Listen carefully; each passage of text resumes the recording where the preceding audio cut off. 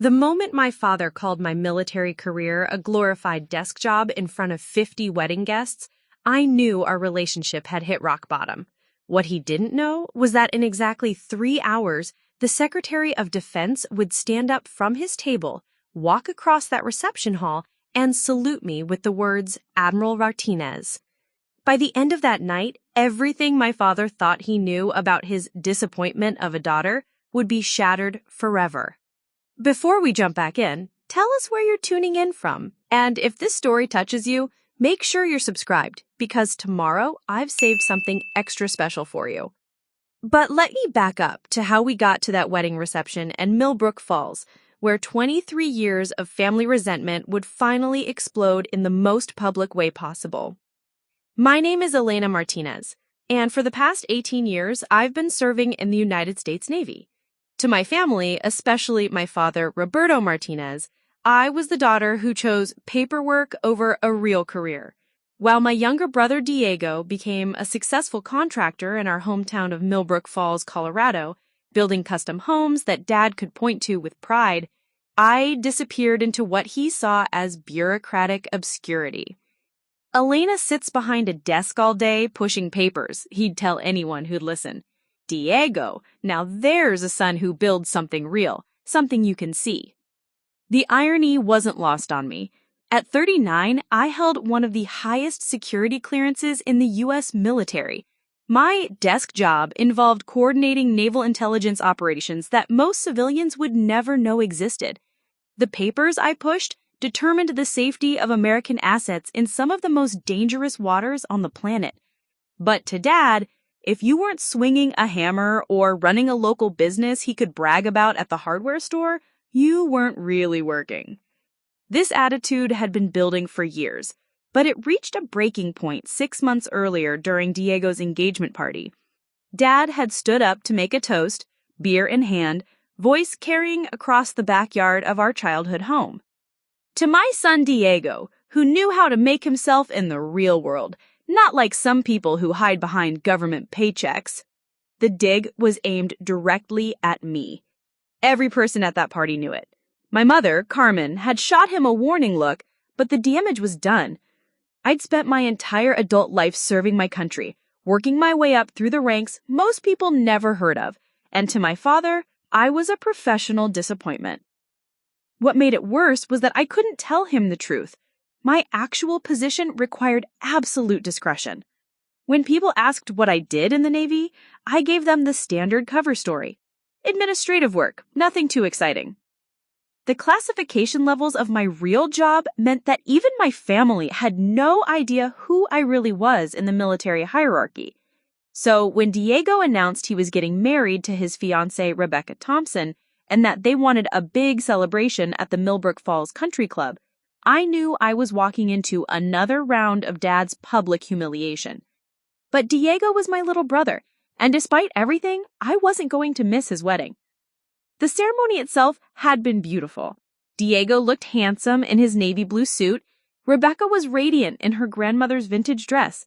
And for a few hours, our family almost felt normal. It was during the cocktail hour before dinner that things started to unravel. I was standing near the bar wearing my dress uniform, something I rarely did at family events, but Diego had specifically requested it.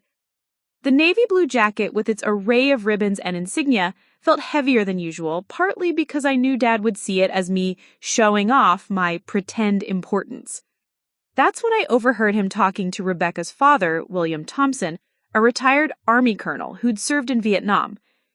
Mr. Thompson was a man Dad had always respected, partly because his military service had been during wartime, which Dad considered real military service. "Yeah, Elena's been in the Navy for years," Dad was saying, gesturing toward me with his whiskey glass. "Desk job, though, you know how it is these days. Everything's computerized. Nothing like when you served, Bill. She pushes papers around some office in Colorado Springs. Glorified secretary work, if you ask me." William Thompson's eyebrows had raised slightly as he looked in my direction, his eyes scanning my uniform with the practiced assessment of someone who knew military insignia. But before he could respond, Dad continued his monologue. "Diego, now he's got a real career. Built the Thompsons' new lake house, actually. You can drive by and see what he accomplished. With Elena, who knows what she actually does all day? File reports, answer emails. It's not like the old days when military meant something. The knot in my stomach tightened. This wasn't just casual dismissal anymore. This was active humiliation in front of people who mattered to Diego and Rebecca. I could see other guests glancing over, some looking uncomfortable, others clearly listening to every word. But the worst part wasn't just Dad's words, it was the realization that this pattern would never end. Every family gathering, every holiday, every celebration would include another variation of this same speech. He'd found a narrative about me that made him feel better about himself, and he was sticking to it regardless of reality. What Dad didn't know, what none of them knew, was that earlier that week, I'd received a call that would change everything. Secretary of Defense Patricia Henley was going to be in Colorado Springs for a classified briefing. When she learned I had family in Millbrook Falls, she'd made an unexpected request. "Admiral Martinez," she'd said, "I know you keep a low profile with your family for security reasons, but I've been wanting to meet the people who raised such an exceptional officer. Would it be possible to stop by if I'm in the area?" I'd tried to discourage it, explaining that my family didn't really understand my role in the military, but Secretary Henley had insisted. "Sometimes," she'd said, "the people closest to us need to see us through different eyes." I'd finally agreed, but with strict conditions. No advance notice to the family, no disruption of Diego's wedding, and she'd come as my guest if anyone asked. Simple and low-key. But as I stood there listening to Dad tear down my career in front of a man who'd clearly recognized my rank insignia, I realized that low-key was about to become impossible. Mr. Thompson was still staring at my uniform, and I could see the moment recognition fully dawned in his eyes. His expression shifted from polite interest to something approaching shock. In that instant, I knew that the careful balance I'd maintained between my military life and my family life was about to collapse entirely. And Secretary Henley hadn't even arrived yet. Preparing and narrating the story took us a lot of time. So, if you are enjoying it, subscribe to our channel. It means a lot to us. Now back to the story. Dinner was announced 20 minutes after the performance at the bar, but the damage was already spreading through the reception like ripples in a pond. I could feel the sideways glances from Rebecca's extended family, hear the whispered conversations that stopped when I walked by.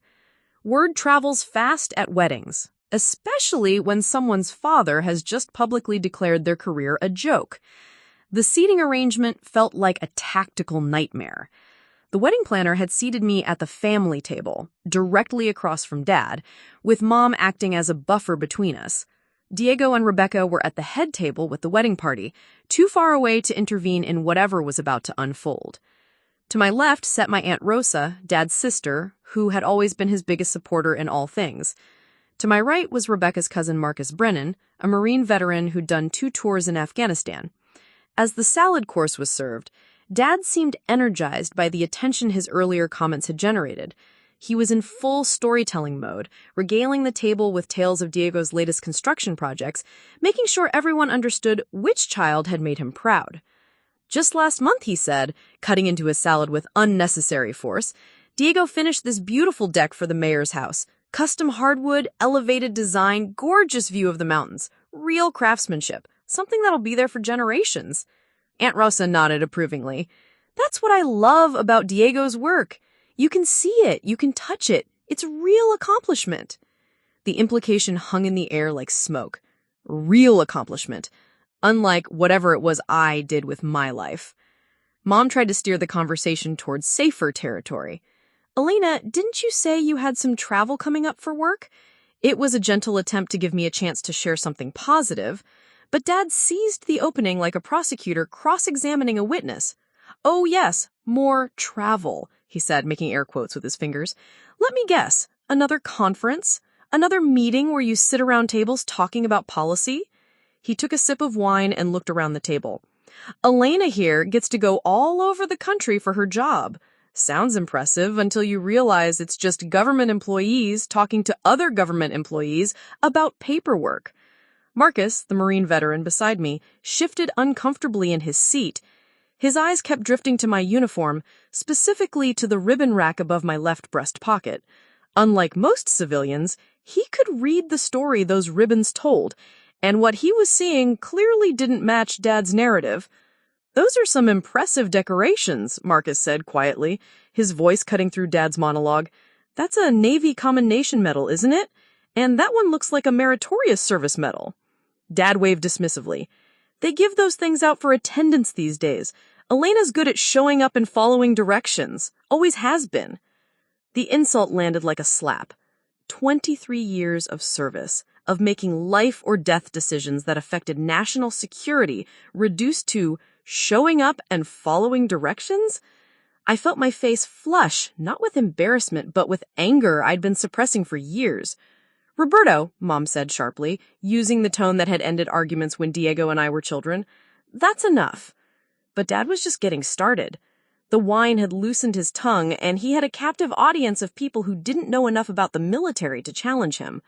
"Look, I'm not saying Elena hasn't worked hard," he continued, his voice taking on the patronizing tone I'd learned to hate. "She's very dedicated to her little job. 18 years of dedication to sitting in meetings and writing reports. It's just not the same as building something real, something that matters." Aunt Rosa jumped in to support him. "Your father's just proud of Diego because he can see what he's accomplished. It's different when you can drive by a house and say, 'My son built that.' What can Elena point to?" The question hung in the air, and I felt the familiar weight of classification rules pressing down on me. What could I point to? The successful prevention of 3 terrorist attacks on naval facilities? The intelligence network I'd helped build that kept shipping lanes safe for American commerce?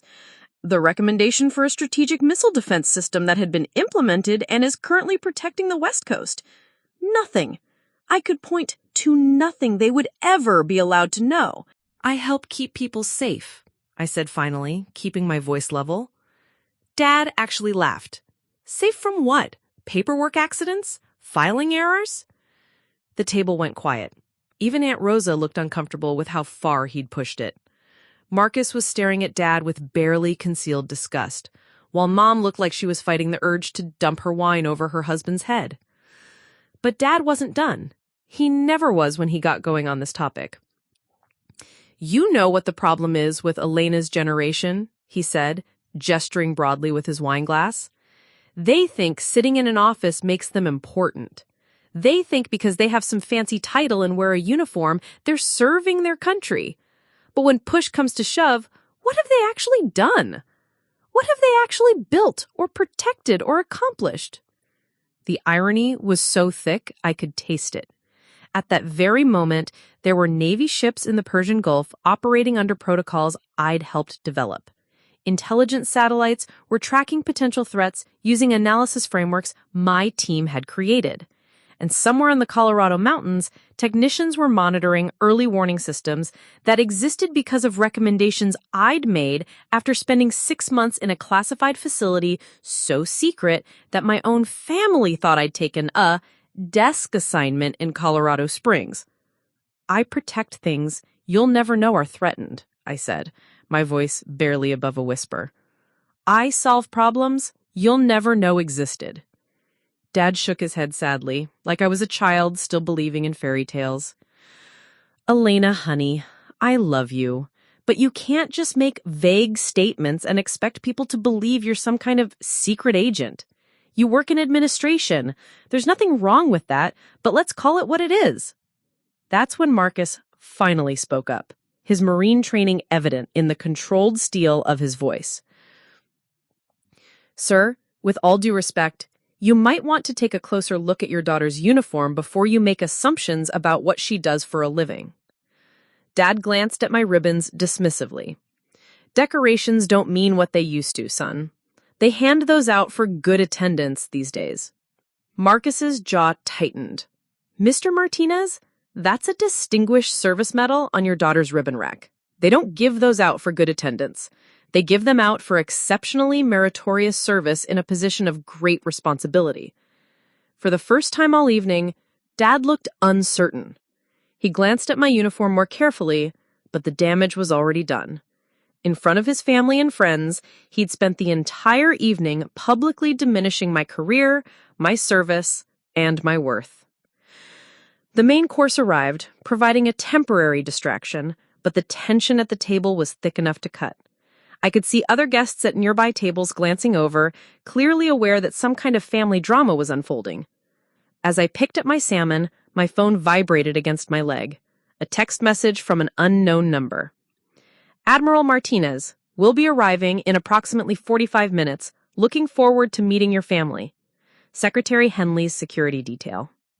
45 minutes. In 45 minutes, everything was going to change. I looked across the table at Dad, who was now talking to Aunt Rosa about Diego's upcoming projects, apparently satisfied that he'd made his point about my insignificant career. He had no idea that he'd just lit the fuse on the biggest public embarrassment of his life. And for the first time all evening, I smiled. The main course was cleared away, and the wedding coordinator announced a brief intermission before the toasts would begin. Guests started moving around, visiting other tables, stepping outside for air, or heading to the bar for fresh drinks. It was the kind of natural break that happens at every wedding reception, but tonight it felt like the calm before a storm I could see approaching on the horizon. I excused myself from the family table and walked toward the ladies' room, needing a moment to process what had just happened and prepare for what was coming. But as I moved through the reception hall, I began to notice things that made my intelligence training kick into high gear. First, there was the way that Marcus had been watching me throughout dinner. Not with the casual interest of a fellow veteran making small talk, but with the focused attention of someone trying to solve a puzzle. When I'd gotten up from the table, I'd caught him taking a photo of my ribbon rack with his phone. That wasn't idle curiosity, that was research. Then there was William Thompson, Rebecca's father. He'd been unusually quiet during Dad's dinner performance, but I could see him at his table across the room, leaning close to his wife Janet and speaking in low, urgent tones. Every few seconds, both of them would glance in my direction, their expressions shifting from confusion to something that looked almost like concern. As I reached the hallway leading to the restrooms, I heard footsteps behind me. "Elena, could I speak with you for a moment?" I turned to find William Thompson approaching, his posture carrying the unmistakable bearing of a career military officer. Even in his civilian suit, the way he held his shoulders and the direct manner of his approach marked him as someone who'd commanded troops. "Of course, Mr. Thompson," I said, though every instinct I had was telling me this conversation was going to complicate an already complex situation. He glanced around to make sure we weren't being overheard, then leaned closer. "I need to ask you something, and I hope you'll forgive my directness. That uniform you're wearing, those aren't standard decorations for an administrative position, are they?" I felt my stomach tighten. This was exactly the kind of scrutiny I hoped to avoid. "I'm not sure what you mean, sir." William's eyes sharpened. "Elena, I spent 30 years in the Army. I know what a Distinguished Service Medal represents. I know what a Defense Superior Service Medal means. And unless my eyes are failing me, that's a Legion of Merit on your chest." He paused, studying my face. "Those aren't decorations they give to desk clerks." The weight of 18 years of operational security training pressed down on me. I couldn't confirm or deny his observations without potentially violating classification protocols, but I also couldn't let him draw conclusions that might create security issues.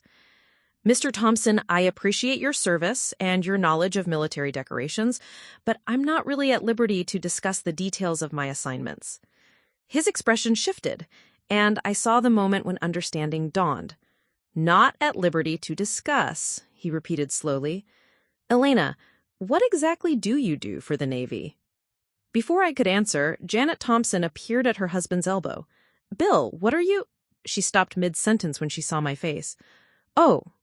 Oh my." William turned to his wife. "Janet, remember when I told you about that briefing I attended at Peterson Air Force Base last year? The one about maritime intelligence coordination?" Janet nodded, looking confused. "Do you remember the name of the Navy officer who was running that briefing? The one who impressed everyone so much that General Morrison specifically mentioned her in his report to Washington?" I felt the color drain from my face. Peterson Air Force Base was 40 minutes from Millbrook Falls. The briefing he was referring to had been a joint service intelligence review that I'd conducted 6 months ago. It was unclassified, but it wasn't exactly public knowledge either. Admiral Martinez, Janet said quietly, the pieces falling into place. It was Admiral Martinez. William nodded grimly. Elena, I think there's been a significant misunderstanding about your career. The sound of laughter drifted from the reception hall where the party was continuing without any awareness of the bombshell conversation happening in the hallway. I could hear Dad's voice above the others, probably still holding court about Diego's latest construction project. Mr. Thompson, I said carefully, I would really appreciate it if you could keep this conversation between us, at least for tonight. Family dynamics are complicated.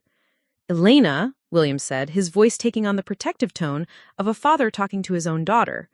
What your father said at dinner, do you understand how inappropriate that was? You outrank every officer I ever served under. The position you hold, it's not just important, it's crucial to national security. Janet shook her head in disbelief. But why doesn't your family know? Why are you letting him talk to you like that? It was a fair question, and one I'd asked myself countless times over the years. How do you explain to civilians that some positions in the military require such absolute discretion that even your own family can't know the full truth? How do you tell them that protecting national security sometimes means accepting personal humiliation? It's complicated, I said finally, but tonight might be the night when it becomes less complicated. William's eyebrows rose. What do you mean? Before I could answer, my phone buzzed again. Another text.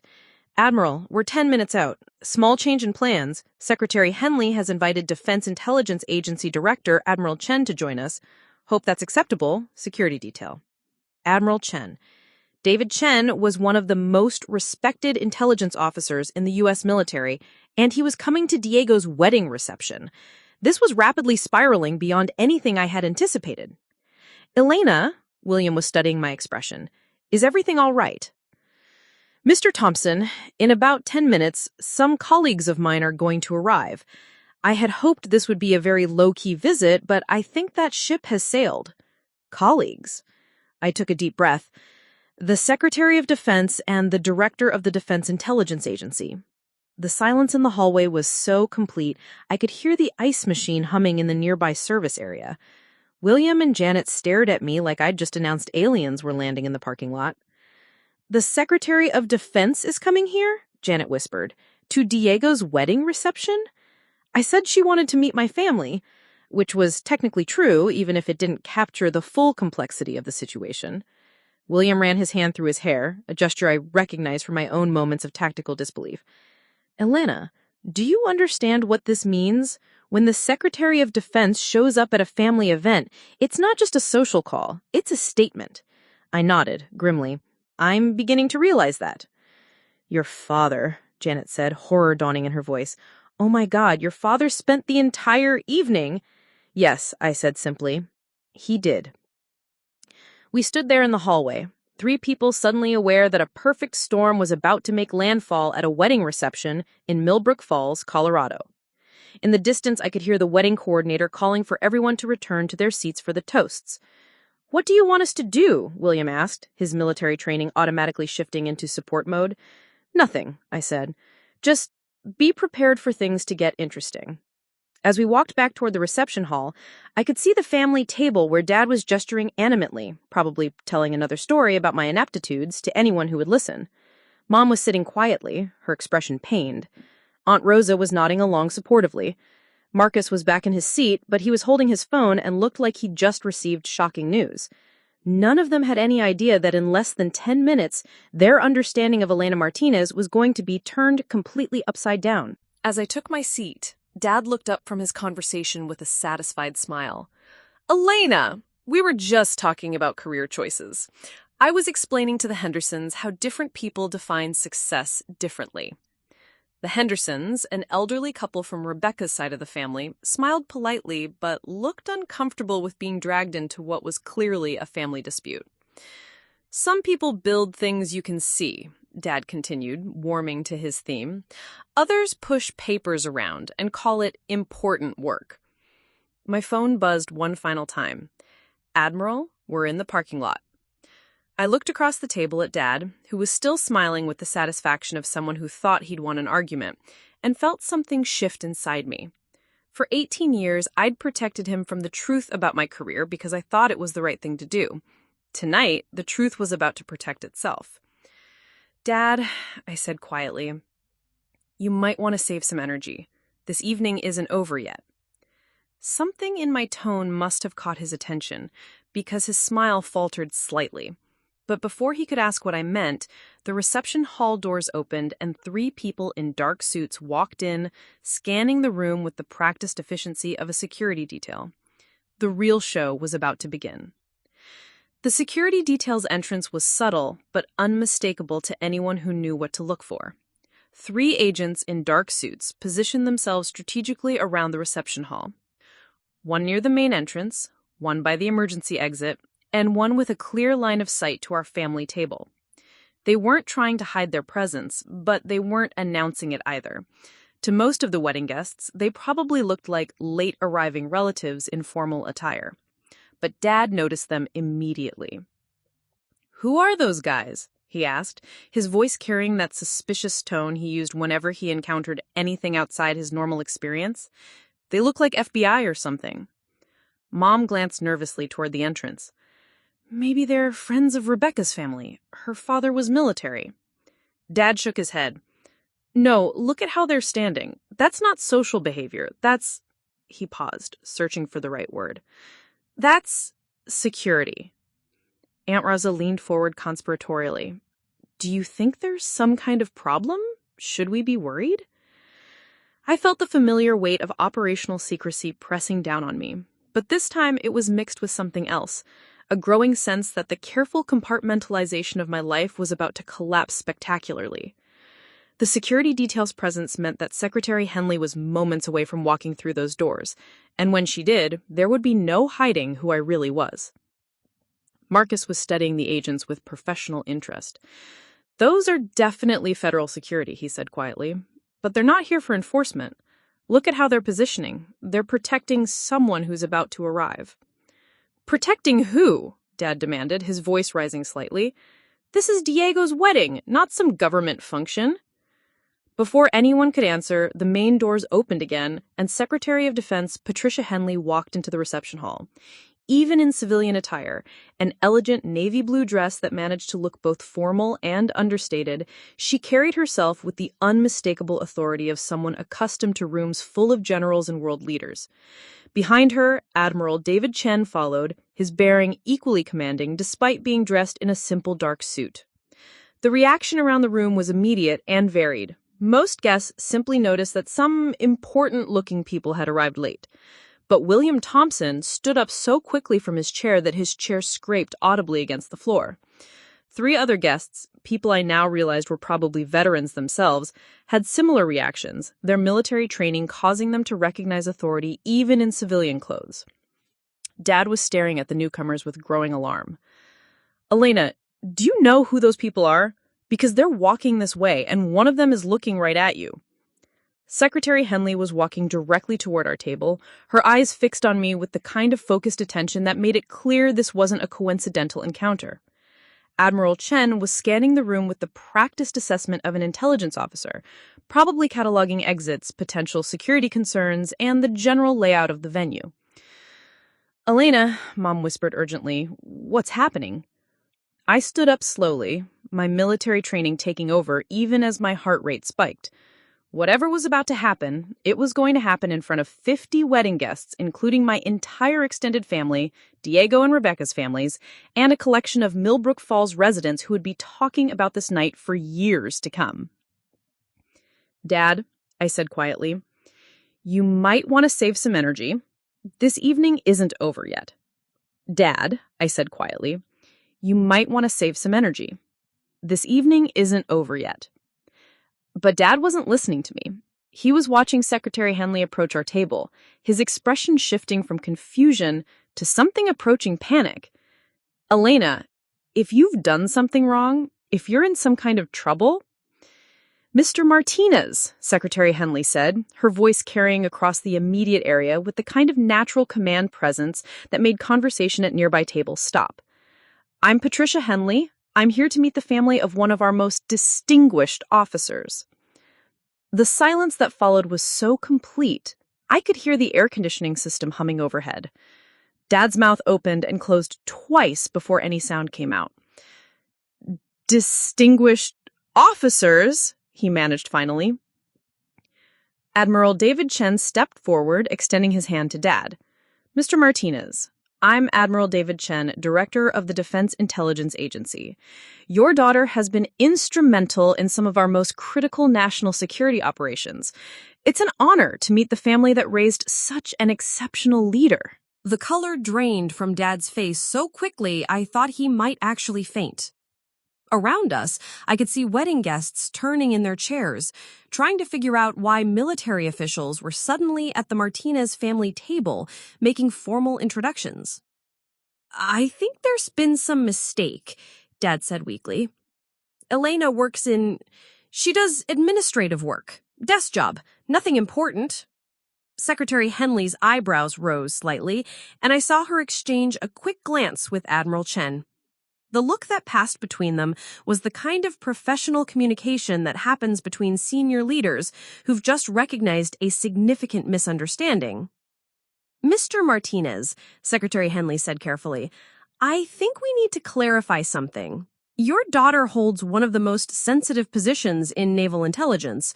The work she does directly impacts the security of American interests around the world. Aunt Rosa was staring at me like I'd suddenly sprouted wings. Elena? Is this true? Before I could answer, Marcus spoke up from his seat, his phone in his hand. I just looked up those ribbons on Elena's uniform. That Distinguished Service Medal, it's awarded for exceptionally meritorious service to the government in a duty of great responsibility. The Defense Superior Service Medal is for superior meritorious service in a position of significant responsibility. He paused, looking directly at Dad. Sir, your daughter isn't a paper pusher. She's one of the highest-ranking intelligence officers in the U.S. Navy. The reception hall had gone completely quiet now. Even the catering staff had stopped moving, sensing that something significant was happening at Table 7.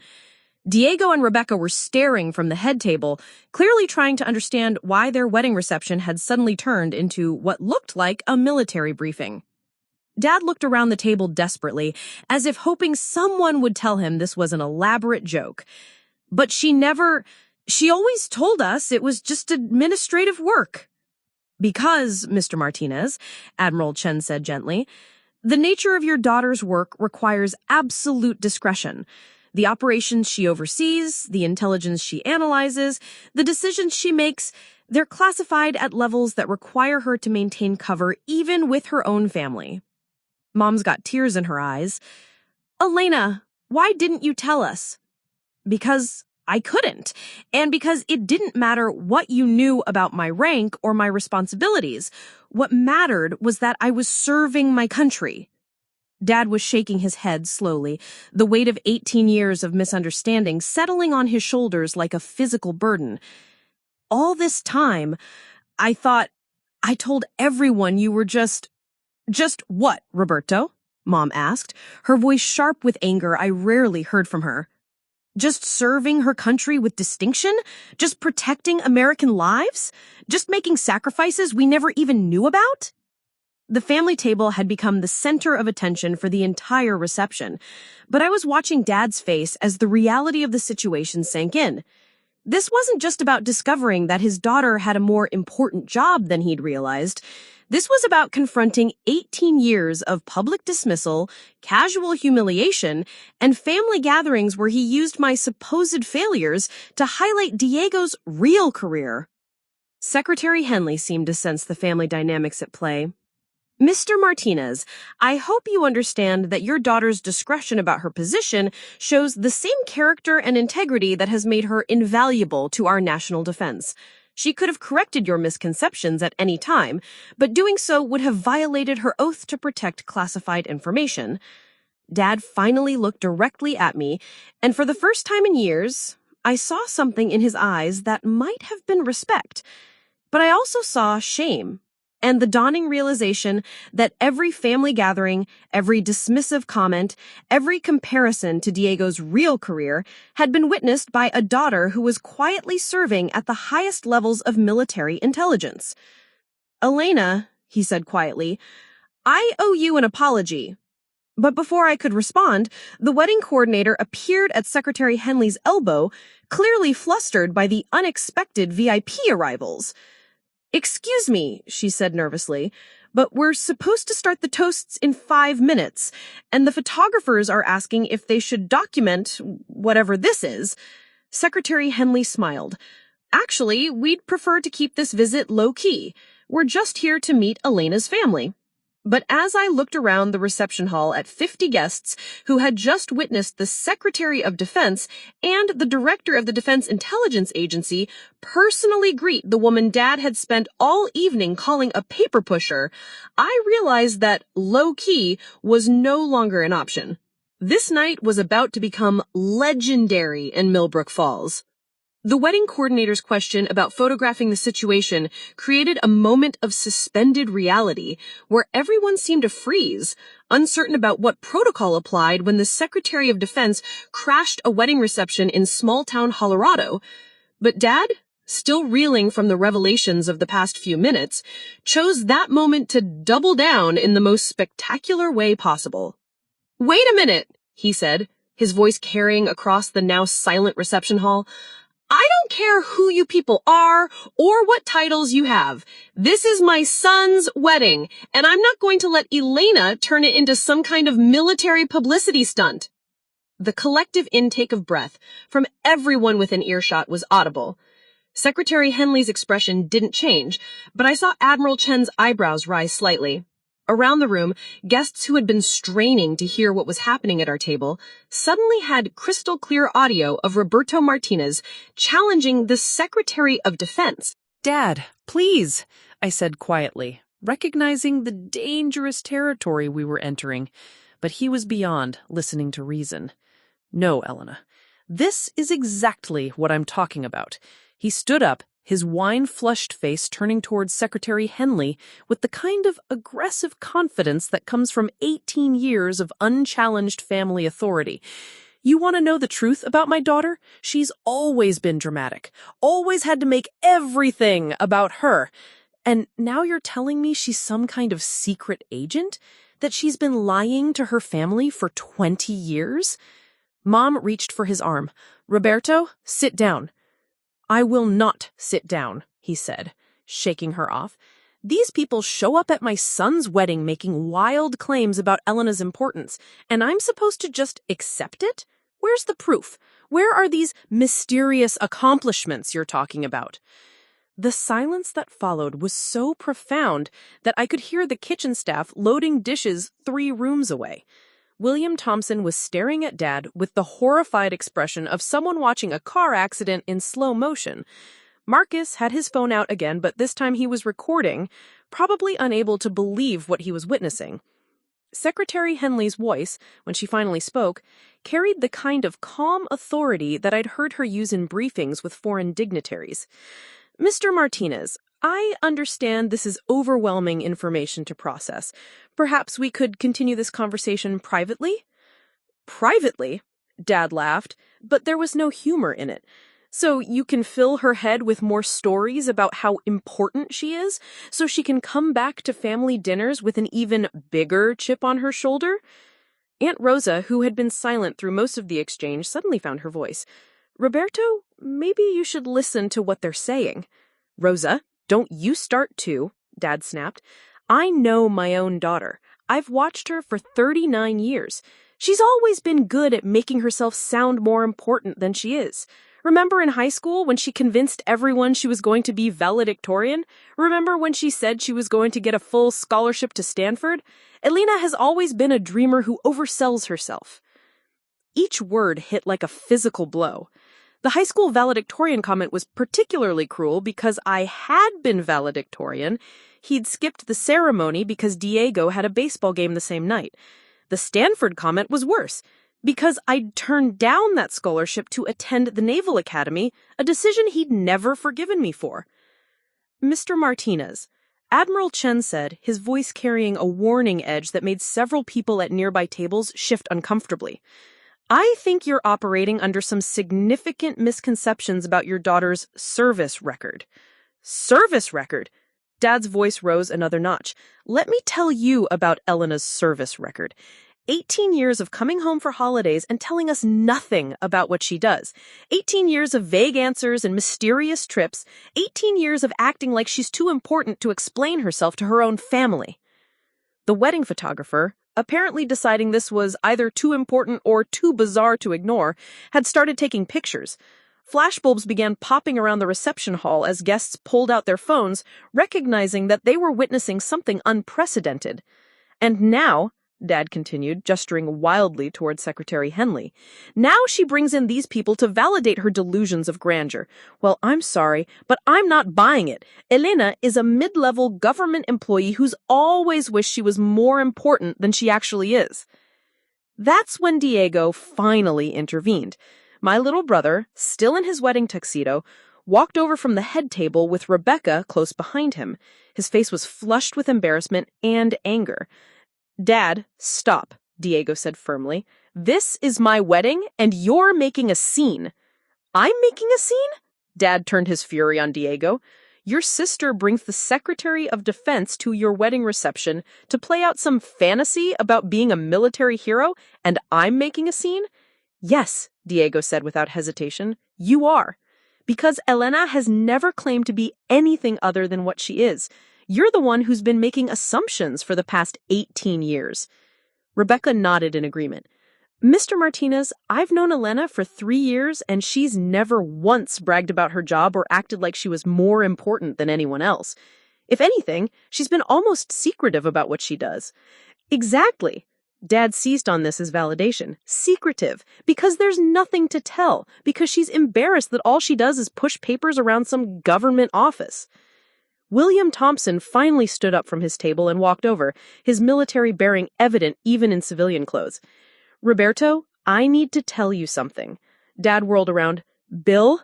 Not you too?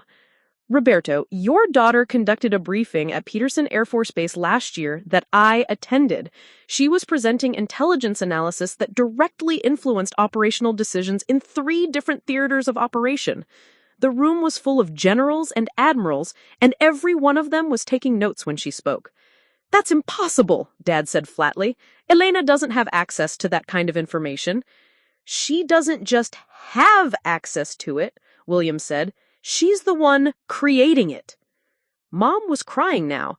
Whether from embarrassment, frustration, or heartbreak, I couldn't tell. Probably all 3. Roberto, please just stop talking. But Dad was beyond stopping. The combination of alcohol, public attention, and wounded pride had created a perfect storm of poor judgment. Secretary Henley, who had been listening to this family meltdown with the patience of someone accustomed to dealing with international crises, finally stepped forward. Mr. Martinez, I'm going to share something with you that I probably shouldn't, because I think you need to understand the gravity of your misperceptions. She paused, looking around the reception hall at the crowd of guests who were hanging on every word. 3 months ago, your daughter prevented what could have been a catastrophic attack on American naval assets in the Persian Gulf. The intelligence analysis she provided, the operational recommendations she made, and the strategic planning she coordinated saved American lives and prevented an international incident that could have led to war. The reception hall was so quiet that the only sound was the hum of the air conditioning system. Dad's face had gone pale, but his jaw was still set in stubborn denial. That's classified information you can't possibly know about, he said, but his voice had lost its earlier conviction. Mr. Martinez, Secretary Henley said quietly, I know about it because I'm the one who received her briefing. I'm the one who authorized the implementation of her recommendations, and I'm the one who recommended her for the Distinguished Service Medal she's wearing tonight. She looked around the room at the assembled wedding guests, many of whom were now openly staring at our family table. Your daughter is one of the most respected intelligence officers in the United States Navy. The fact that you don't know this isn't a reflection of her failures, it's a reflection of her professionalism and her commitment to protecting information that could endanger American lives if it fell into the wrong hands. Dad stood there for a long moment, swaying slightly, the weight of 18 years of misconceptions settling on his shoulders like a physical burden. Around him, 50 wedding guests waited to see what he would say next, while the woman he'd spent the evening humiliating sat quietly in her uniform surrounded by the highest levels of military leadership in the country. "I don't believe you," he said finally, but the words came out as a whisper, and even he didn't sound convinced anymore. Dad's whispered, "I don't believe you," hung in the air like smoke from a dying fire, and I realized that the situation had reached a point where someone needed to take control before it spiraled completely out of hand. The reception hall was frozen in a tableau of social disaster. 50 wedding guests staring at our family table like spectators at a train wreck, phones recording every moment, and the highest levels of military leadership standing in the middle of what had become a very public family crisis.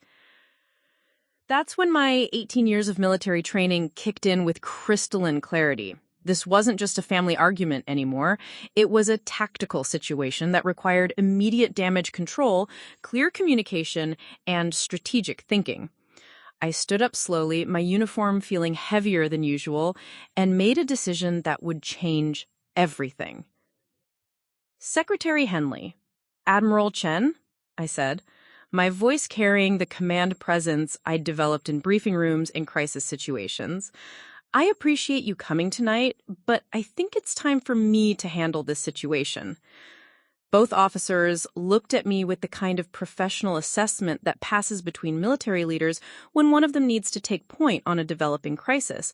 Secretary Henley nodded slightly, a gesture of respect and recognition that she was transferring operational control to me. "Dad," I said, turning to face him directly for the first time all evening, "you're right about one thing. I have been keeping secrets from this family for 18 years. But not for the reasons you think." The room was so quiet I could hear my own heartbeat. Dad was staring at me with a mixture of defiance and confusion, while Mom dabbed at her eyes with a napkin. Diego and Rebecca had moved closer, forming what felt like a protective semicircle around our family table. "You want proof?" I continued, reaching into my uniform jacket. I pulled out my military identification card. Not the standard dependent ID that most military families were familiar with, but the high-security clearance card that accessed facilities most people didn't know existed. I held it up so Dad could see the security hologram and classification markings. "This card gives me access to intelligence facilities in 37 countries. The clearance level printed on it is higher than 97% of military personnel will ever achieve." Dad squinted at the card, clearly trying to process information that was outside his frame of reference. "What does that even mean?" William Thompson, who had remained standing near our table, spoke up quietly. "Roberto, that's a TS-SCI clearance with additional compartment access. It means your daughter is authorized to handle intelligence that could affect national security if it was compromised." I nodded to William gratefully, then continued. "Dad, remember last Christmas when you asked me why I never talk about my work and I said it was boring administrative stuff?" He nodded reluctantly. "I was in the Situation Room at the Pentagon that week, briefing the Joint Chiefs of Staff on a developing crisis in the South China Sea. The paperwork I was reviewing was satellite intelligence showing Chinese naval movements that could have triggered a military response if we hadn't properly analyzed their intentions." Mom gasped softly. "Elena, you were at the Pentagon?" "I've been to the Pentagon 47 times in the past 5 years," I said simply. "I've briefed the President's National Security Council twice. Last month, when you thought I was at a boring conference in Denver, I was actually coordinating with NATO intelligence services in Brussels about potential threats to American shipping lanes. The information was hitting Dad like physical blows. His face had gone from flushed to pale, and he was gripping the back of his chair like he needed it for support. "But why?" he asked, his voice smaller now. "Why couldn't you tell us?" Admiral Chen stepped forward, his voice gentle but authoritative. "Mr. Martinez, may I explain something about operational security?" Dad nodded numbly. "When someone holds your daughter's position, their personal life becomes a potential vulnerability. The people she works with, the places she lives, even her family relationships, all of that information could be valuable to foreign intelligence services." He paused, letting that sink in. "By keeping her work classified, even from you, Elena wasn't just protecting national security, she was protecting your family." Secretary Henley added, "There have been attempts by foreign agents to approach family members of high-level intelligence officers. Elena's discretion about her position has kept all of you safer than you realize." Aunt Rosa, who had been silent for the past few minutes, finally spoke up. "Elena, does this mean you've been in danger all these years?" I considered how to answer that honestly without causing more panic. "It means I've been careful, Aunt Rosa, and part of being careful was making sure that people who might want to hurt me couldn't use my family to do it." Dad was shaking his head slowly, but this time it seemed to be in disbelief at his own behavior rather than denial of what he was hearing. "All this time, I thought you were embarrassed by us. I thought you didn't want to share your work because it wasn't important enough." "Dad," I said quietly, "I have never, not once, been embarrassed by this family, but I have been protecting it in ways you couldn't understand." Diego, who had been listening to all of this with growing amazement, suddenly spoke up. "Elena, when you came to my baseball games in high school and you'd get those phone calls that you had to take privately, was that—" "Sometimes," I admitted. "Your senior year playoffs, I got called out of the game twice to provide input on a developing situation in the Mediterranean. I never wanted to miss your games, but sometimes the work couldn't wait." Mom was crying again, but these seemed to be different tears. "Oh, Elena, all those times I worried that you were lonely, that you didn't have a normal life."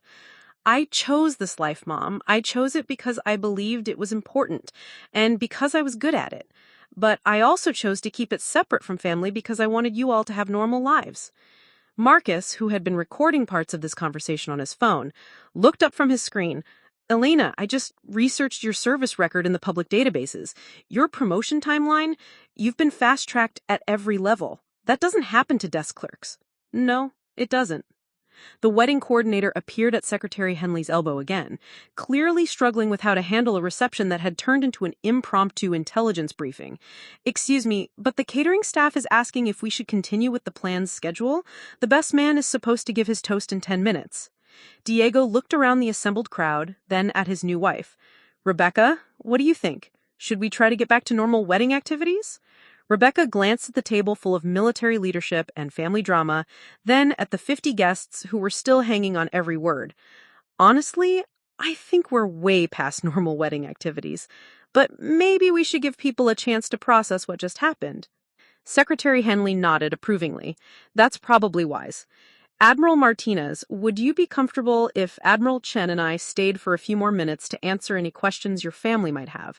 We flew out here specifically to meet them, and I'd hate to leave things unresolved."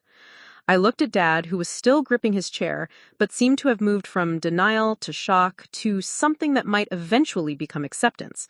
"Dad, do you have questions you'd like to ask?" He looked around the table at Mom, Diego, Rebecca, Aunt Rosa, and then back at me. When he spoke, his voice was barely above a whisper. "Elena, can you ever forgive me for tonight? For all of it?" It was the first time in 18 years that he'd asked me for anything instead of telling me what I was doing wrong.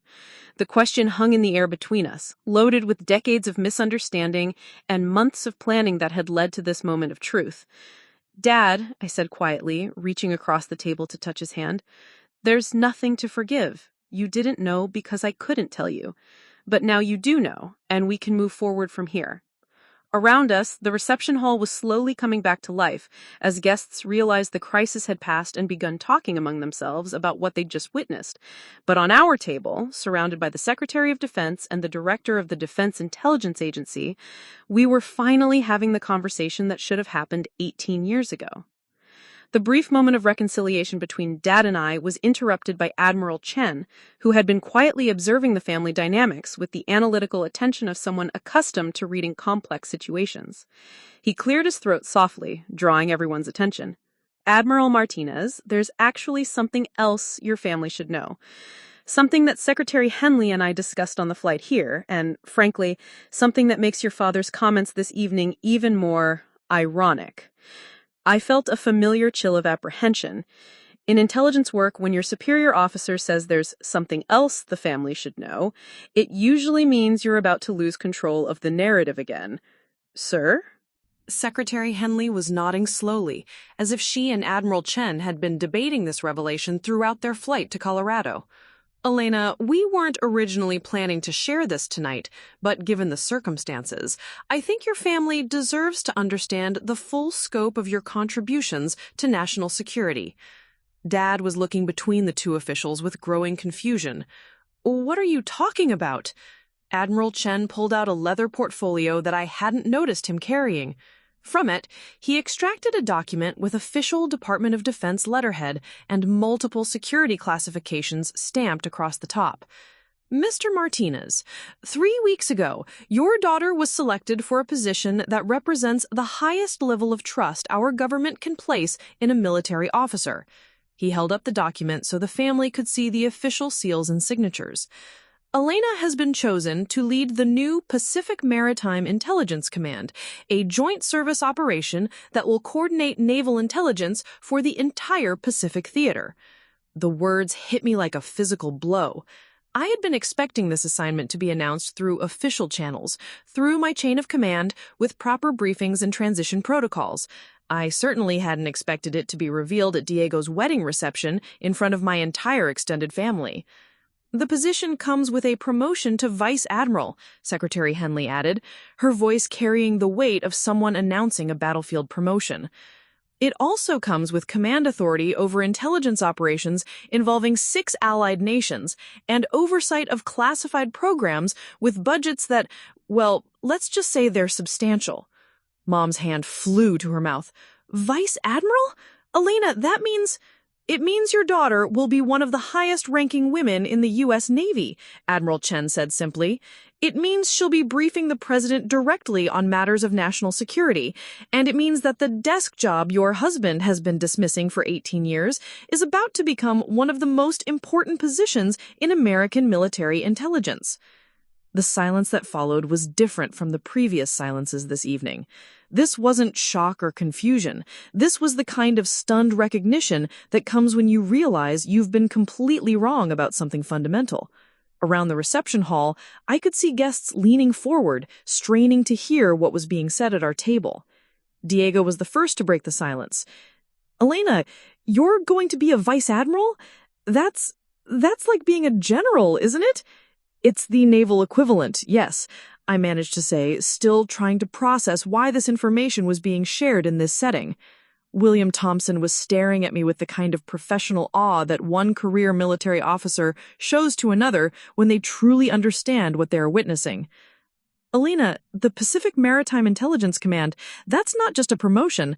That's a recognition that you're considered one of the premier intelligence minds in the entire military." Aunt Rosso looked completely bewildered. "But what does all this mean in normal people terms?" Secretary Henley smiled slightly, the first genuine warmth I'd seen from her all evening. "In normal people terms, Mrs. Rodriguez, it means that Elena will be responsible for keeping America's Pacific interests secure.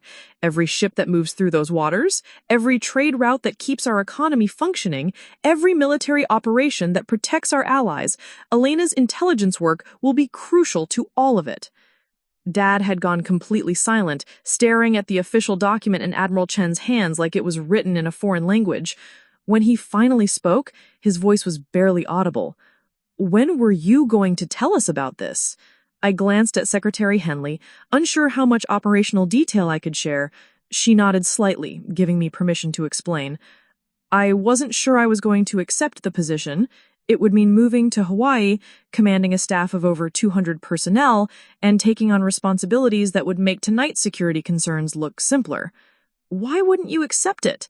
Mom asked, clearly struggling to understand why anyone would hesitate about such an opportunity.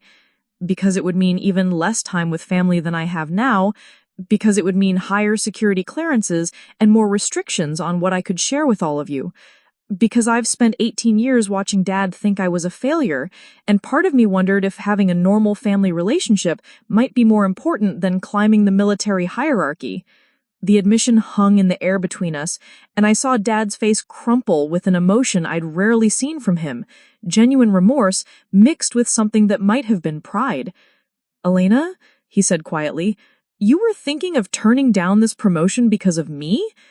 Not because of you specifically, Dad, because of us, because of this family, and whether there was a way to serve my country without losing the people I love."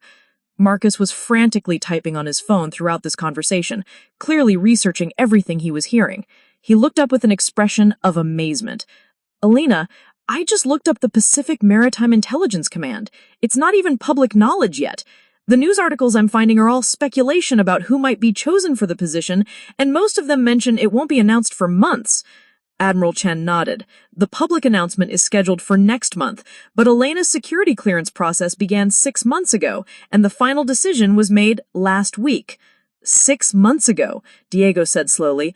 "Elena, that means this was all happening while Dad was—" He trailed off, clearly uncomfortable finishing the sentence. "While Dad was telling everyone at my engagement party that I wasn't making something of myself in the real world," I completed gently. The weight of that timing wasn't lost on anyone at the table. While Dad had been publicly dismissing my career at family gatherings, the highest levels of the U.S. government had been conducting detailed background investigations to determine whether I was suitable for one of the most sensitive positions in American intelligence. Rebecca, who had been quietly observing this family revelation, spoke up for the first time in several minutes. "Mr. Martinez, do you understand what this means? While you were telling people Elena wasn't accomplished, the Secretary of Defense was personally evaluating her for a position that will affect national security for the entire Pacific region." Dad looked around the table at his family, then at the military officials who had flown to Colorado specifically to meet us, then back at me. When he spoke, his voice carried a weight I'd never heard before. "Elena, I don't just owe you an apology. I owe you 18 years of the respect I should have been giving you from the beginning." Secretary Henley, who had been observing this family dynamic with professional interest, leaned forward slightly. "Mr. Martinez, there's one more thing you should understand about your daughter's career. The reason we're here tonight, the reason we wanted to meet Elena's family, is because positions like the one she's being offered require us to understand the character of the person we're entrusting with such responsibility." She paused, looking around the table. Elena's ability to maintain her integrity and her family relationships while serving at the highest levels of classified work tells us everything we need to know about her suitability for command. The fact that she's protected all of you from the burden of knowing about her work, while never once using her position for personal gain or recognition, demonstrates exactly the kind of character we need in leadership. Admiral Chen nodded in agreement. What happened here tonight, Elena's willingness to endure personal criticism rather than violate operational security, that's not just professionalism. That's the kind of sacrifice that makes someone worthy of the trust we're about to place in her. As the full implications of the evening settled over our family table, I realized that the game hadn't just changed. The entire board had been revealed. This wasn't just about Dad understanding my current position. This was about a future that would fundamentally alter everything about how my family understood my place in the world. And for the first time in 18 years, I was beginning to think that future might include both the career I'd built and the family I'd always loved. It was Admiral Chen who answered, because the most effective intelligence officers are the ones whose names never appear in public. Elena's anonymity isn't an accident. It's a strategic necessity. The moment her identity becomes public knowledge, her effectiveness in the field would be compromised. Secretary Henley nodded. The Pacific Command position will actually be Elena's first role with any public visibility, and even then, most of her work will remain classified. What happened tonight, this level of disclosure about her career, is unprecedented. Aunt Rosa, who had been quietly absorbing all of this information, suddenly spoke up. Does this mean Elena has been in danger all these years? From foreign governments or terrorists or whoever? The question created an uncomfortable silence at the table. I could see Secretary Henley and Admiral Chen exchanging glances, clearly debating how much to reveal about the security implications of my work. Mrs. Rodriguez, Secretary Henley said finally, Elena's position has always required certain precautions, but the Navy takes the security of our personnel very seriously. That's not really an answer, Diego said, his protective instincts as my little brother overriding any deference to military authority. Has my sister been in actual danger because of her job? I realized that this was one of those moments where family honesty was more important than operational security. Yes, I said simply. There have been times when my work put me at risk, but there have also been times when my work protected all of you from risks you never knew existed. Mom's face went pale. Elena, what kind of risks? The kind that required me to be very careful about my personal relationships, my travel patterns, and my communication with family. I looked around the table. The kind that made it necessary for me to keep my work separate from my personal life, not because I was embarrassed by either one, but because mixing them could have been dangerous for everyone involved. Marcus was still scrolling through his research. Elena, I'm seeing references to something called Operation Coral Shield in multiple military publications. They don't give details, but it seems to have been a major intelligence operation in the Pacific. Were you involved in that? The question hit like a physical blow. Operation Coral Shield was one of the most classified programs I'd ever worked on, involving the neutralization of a foreign intelligence network that had been targeting American military families. The operation had taken 3 years to complete, and it prevented what could have been devastating attacks on naval installations. Marcus, I said carefully, I can't discuss specific operations. But you were involved, because the timeline matches perfectly with that 2-year period when you kept canceling family visits and Mom was worried you were having some kind of personal crisis. The pieces were falling into place for my family in ways I hadn't anticipated. That 2-year period had been the most intense of my career, requiring constant travel, 18-hour workdays, and the kind of security protocols that made it normal family interaction impossible. Mom said softly, Elena, when you missed Christmas that year and you said you were sick with the flu, I was in the Philippines coordinating with Allied intelligence services to neutralize a threat that could have affected military families across the Pacific region. The words came out before I could stop them, 18 years of forced secrecy finally cracking under the weight of family concern. Diego was shaking his head in amazement. All those times Dad complained that you were prioritizing work over family? She was prioritizing the safety of military families, including potentially yours, over her own personal comfort, Admiral Chen said firmly. The sacrifices Elena has made for her country include sacrificing her own family relationships to protect national security. William Thompson was nodding slowly. Roberto, do you understand what we're telling you?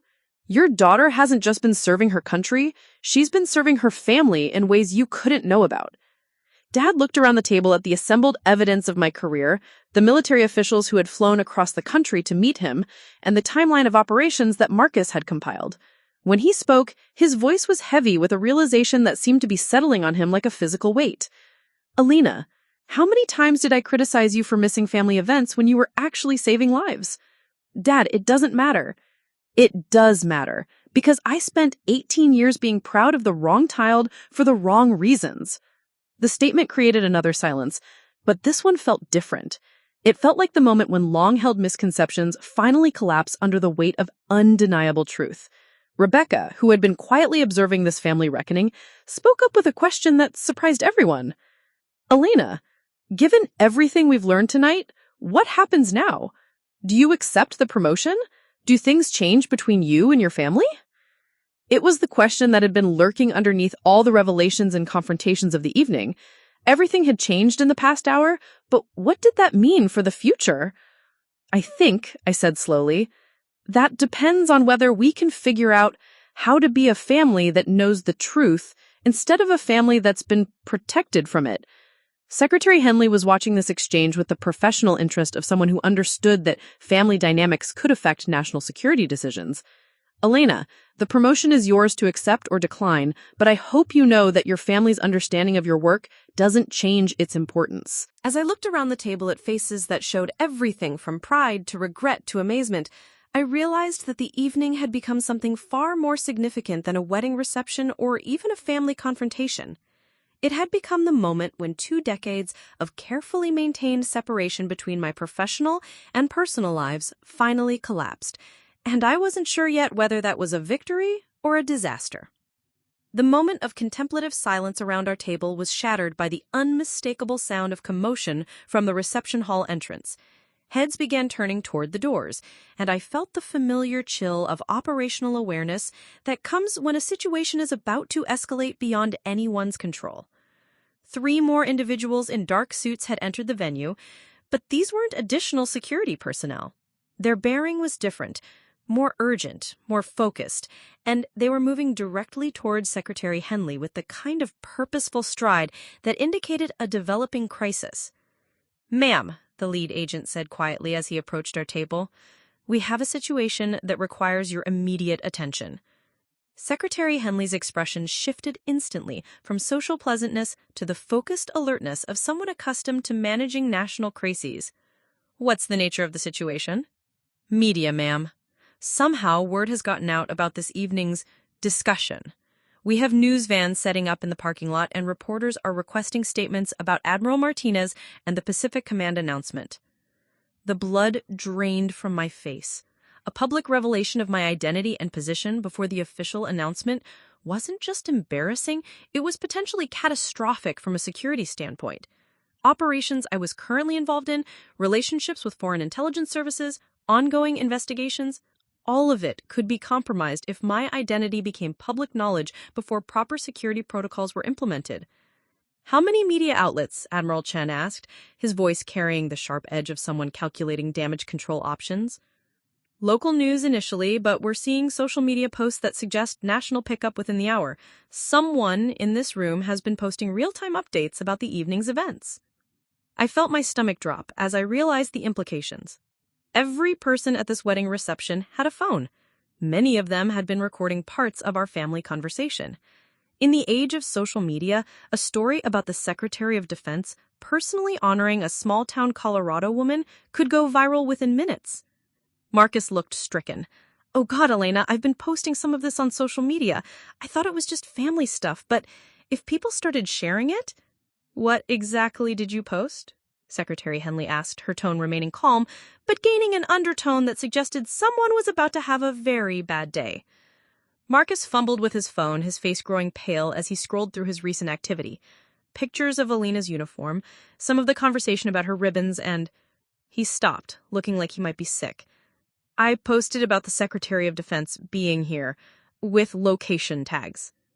The security implications hit everyone at the table simultaneously. Diego was the first to voice what we were all thinking. "Marcus, you've just told the entire internet that the Secretary of Defense is at my wedding, Elena is a high-ranking military officer, and we're all sitting in the Millbrook Falls Country Club discussing classified operations." Rebecca covered her face with her hands. "Our wedding is about to become a national news story." Secretary Henley was already on her phone, speaking in the crisp, efficient tone of someone managing a crisis. "I need the communications team to prepare statements for immediate release.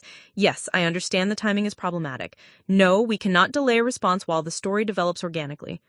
Dad, who had spent the evening learning that everything he thought he knew about me was wrong, was now watching the situation spiral into something that threatened to affect national security.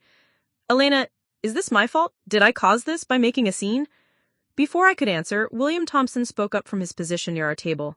"Roberto, this isn't anyone's fault specifically, but we need to understand that the situation has moved beyond family dynamics. This is now a potential security issue." Admiral Chen was coordinating with the security team, but I could see from his expressions that the options were limited. Admiral Martinez, we need to discuss immediate relocation options for you and your family. If your identity becomes public before we can implement proper security protocols, he didn't need to finish the sentence. I understood the implications better than anyone at the table. Foreign intelligence services monitor American media for exactly this kind of information.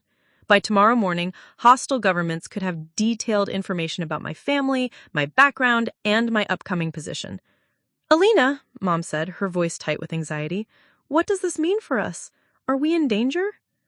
It was the question I'd been dreading for 18 years, and now it was being asked in front of 50 wedding guests while news vans gathered in the parking lot. The careful separation I'd maintained between my professional and personal lives hadn't just collapsed, it had exploded in the most public way possible. Mrs. Martinez, Secretary Henley said, finishing her phone call and turning her attention to my family, we're going to take every precaution to ensure your safety, but I need you to understand that the situation has become complex very quickly. Aunt Rosa looked confused and frightened. Complex how? What aren't you telling us? Admiral Chen exchanged a look with Secretary Henley before answering. Mrs. Rodriguez, when a high-level intelligence officer's identity becomes public unexpectedly, it creates vulnerabilities that take time to assess and address. Elena's work has involved operations that affect multiple countries and organizations. Some of those countries and organizations are not friendly to American interests. The weight of 18 years of security protocols was crashing down on my family in real time. Diego was staring at me with a mixture of awe and terror. Elena, are you saying that people might actually try to hurt us because of your job? I'm saying, I replied carefully, that we need to take precautions until the security assessment is complete. That's when Rebecca asked the question that cut to the heart of the crisis. What about our honeymoon? What about our normal lives? Are we just supposed to disappear because of this? The silence that followed her question was heavy with implications. A young couple who had planned a simple wedding celebration was now facing the possibility that their lives would be fundamentally altered because one of their relatives worked in national security. Rebecca, I said quietly, I'm so sorry. This isn't what I wanted for your wedding or for any of you. Elena, this isn't your fault, Diego said firmly. But what happens now? Do we all have to go into witness protection or something? Secretary Henley was monitoring her phone while coordinating with the security team, but she took a moment to address the family's immediate concerns. The situation isn't quite that dramatic, but we do need to implement some protective measures while we assess the security implications. Marcus was still staring at his phone in horror. The posts are being shared exponentially. There are already news articles being written based on the social media content. Someone identified Elena from her uniform pictures and cross-referenced her with naval personnel databases. The development Marcus described represented every intelligence officer's worst nightmare. The Internet's ability to crowdsource investigation was about to expose details about my career that had been carefully protected for nearly 2 decades. Admiral Martinez, Admiral Chen said, we need to make a decision about the Pacific Command position immediately. If you're going to accept it, we need to accelerate the security implementation timeline. If you're going to decline, we need to begin damage control for the leaked information. The choice I'd been contemplating for months was suddenly being forced by circumstances beyond my control. Accept the promotion and commit my family to a lifetime of security protocols, or decline it and hope that the media attention would fade before causing permanent damage to our lives. How long do I have to decide? I asked. Given the current media situation, Secretary Henley said, checking her phone again, about 20 minutes before we need to issue some kind of public statement.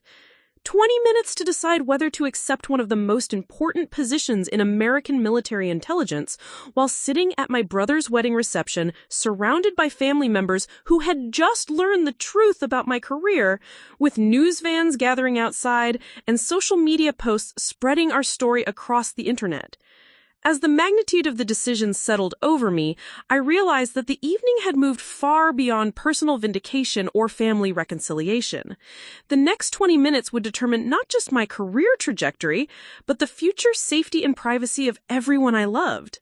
And somewhere in the back of my mind, I couldn't help but think that Dad's evening of public criticism had inadvertently triggered a chain of events that would change all of our lives forever.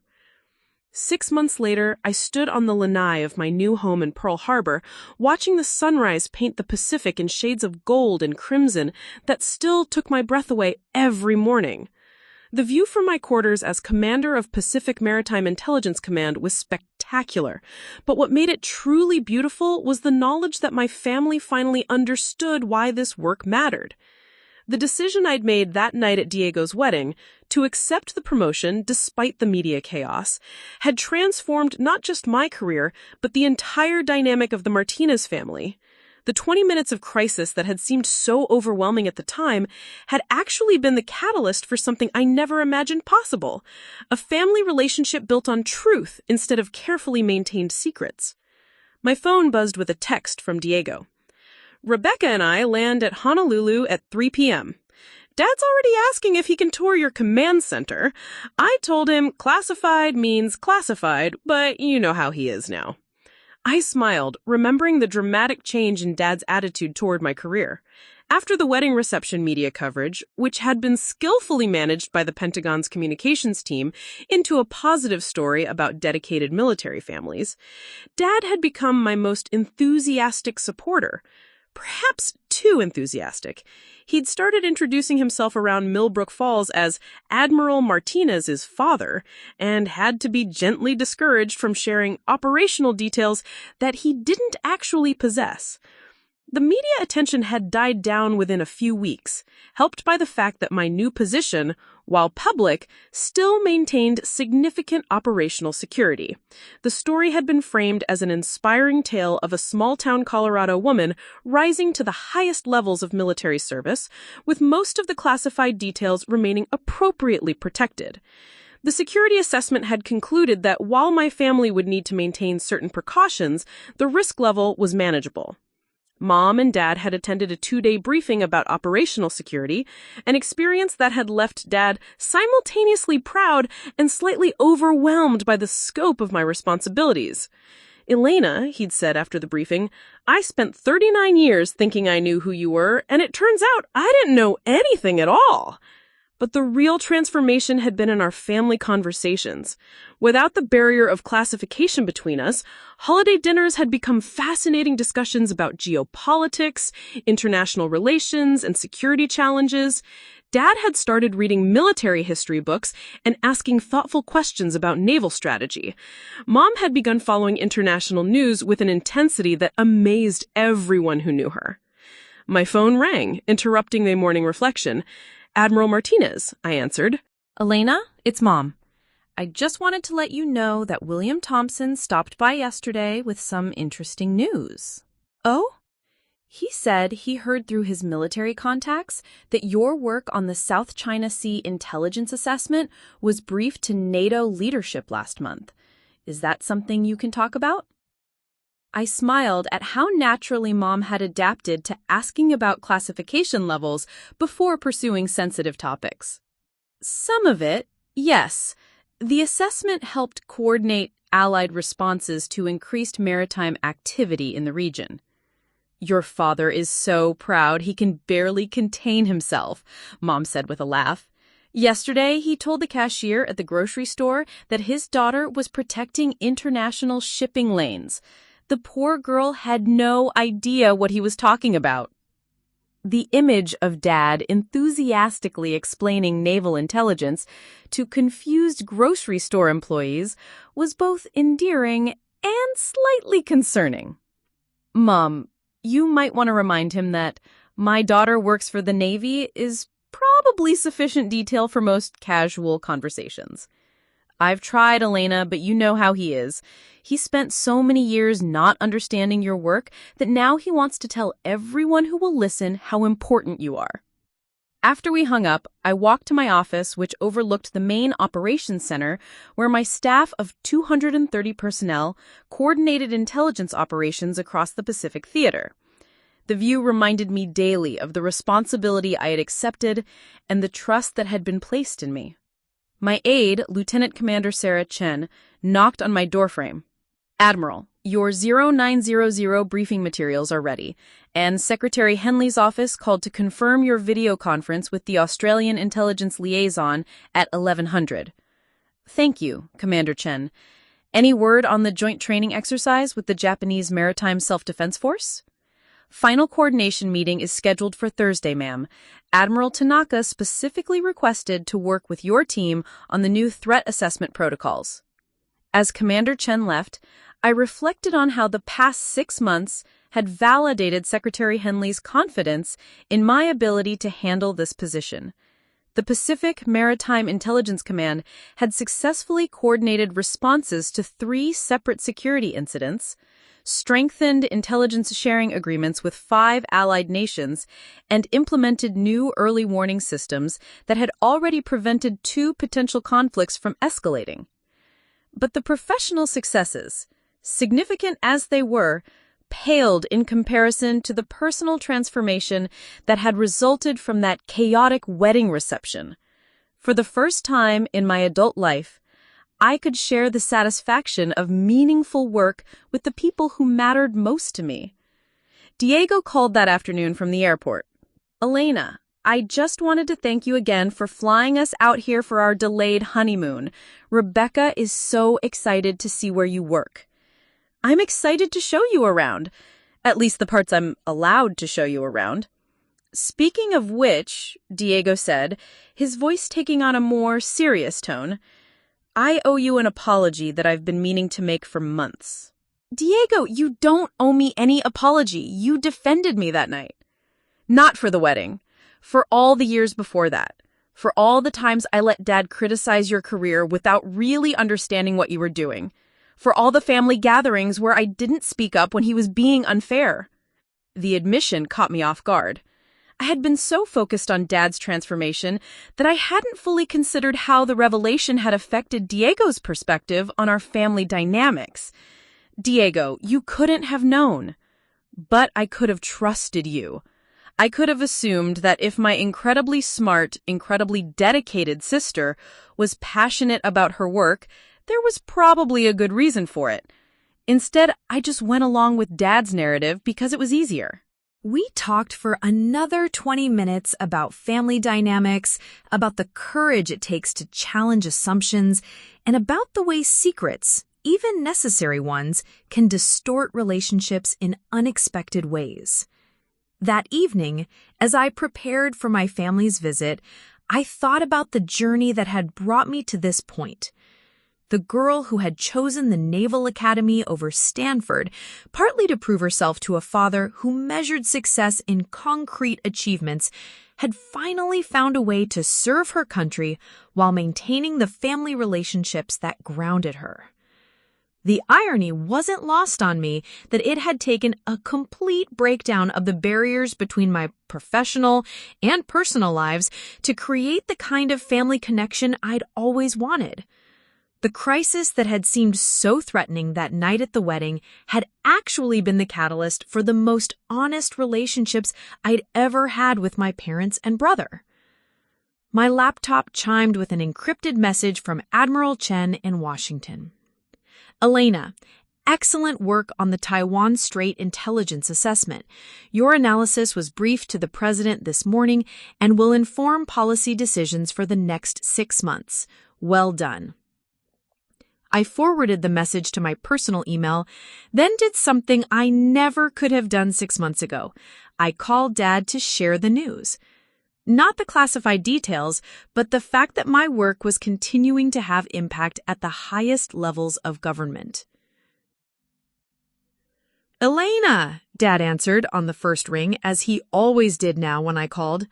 "How's my Admiral daughter doing today?" "Your Admiral daughter just contributed to presidential briefings on Pacific security, and she wanted to share that with her father." The pride in his voice was unmistakable. "Elena Maria Martinez, I am so proud of you that I don't even have words for it."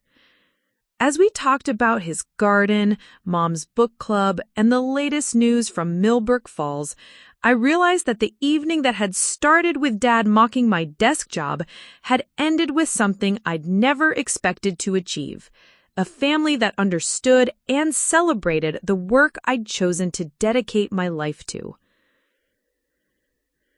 The sun was setting over the Pacific as I finished the call, painting the water in brilliant oranges and purples. Tomorrow would bring new intelligence briefings, coordination meetings with allied forces, and the ongoing responsibility of protecting American interests across the world's largest ocean. But tonight, I was simply Elena Martinez, daughter, sister, and admiral, finally able to be all of those things without having to choose between them. The desk job Dad mocked had become the foundation for the most fulfilling life I could have imagined, both professionally and personally. And sometimes, late at night when I was reviewing intelligence reports that would help keep the Pacific peaceful, I would remember that chaotic wedding reception and smile at how completely wrong we can be about the people we love, and how beautiful it is when we finally get the chance to be completely right. Up next, you've got 2 more standout stories right on your screen. If this one hits the mark, you won't want to pass these up. Just click and check them out. And don't forget to like, subscribe, and turn on the notification bell so you don't miss any upload from us.